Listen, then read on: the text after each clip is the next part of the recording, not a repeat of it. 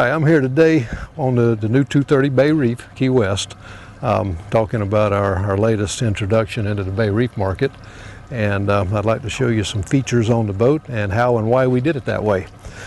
The first feature, getting up on the front deck, which is where we all fish from. I've got a nice step here. It's a nice wide step, plenty of room for folks to step up on and get up to the ample front deck. Now, one of the most important features on any bay boat is the trolling motor.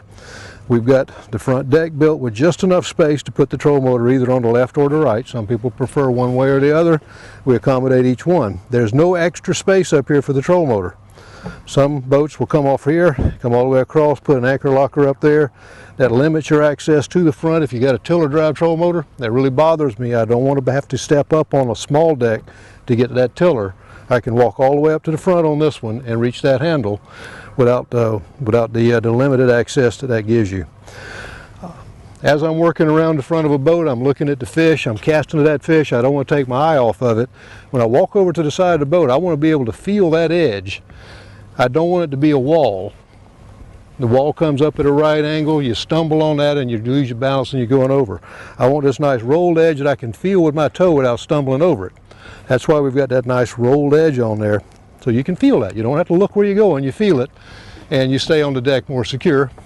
So far I haven't gone swimming unless I wanted to. The deck is plenty spacious. I just fished with my buddy Inglis up here. Both of us on the front deck. We could have put a third person up here and fished fine because this deck walks all the way around, all the way back to the console on both sides. We got easy access all the way around. While I'm up on the front deck, I'll show you the storage compartment up here. You notice down inside the storage compartment we got a recess area that fits a 5-gallon bucket. Everybody likes a 5-gallon bucket on the boat, so we've got somewhere to store the first 5-gallon bucket there. We've got another space I'll show you in a minute.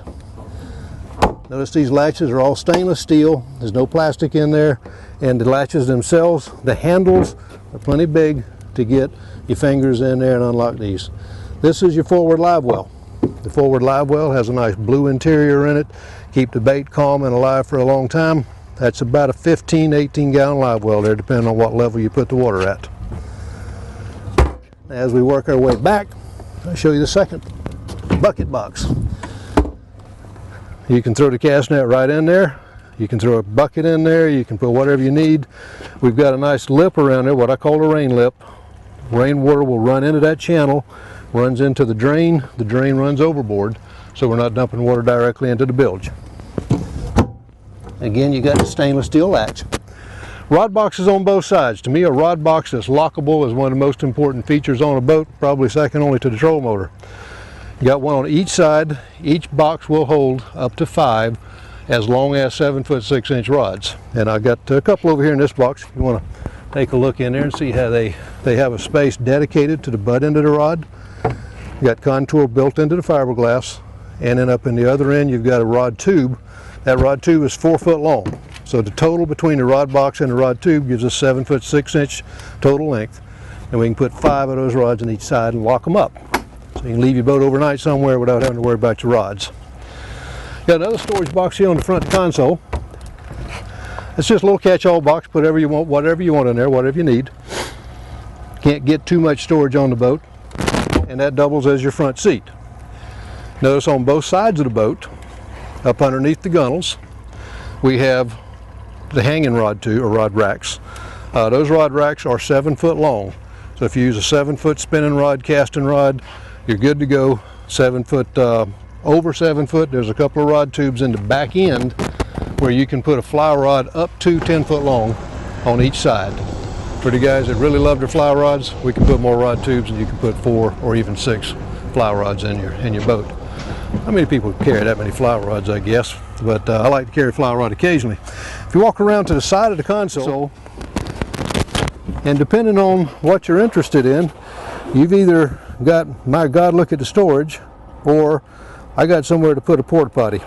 The ladies say porta potty, and we do have room in there for the ladies that you can stand up straight if you're about 5'2". If you're a little over that, you're going to have to crouch a little bit. A leaning post that has bolsters that fold in it. The bolster folds down, it forms a seat. It folds up, it forms a bolster.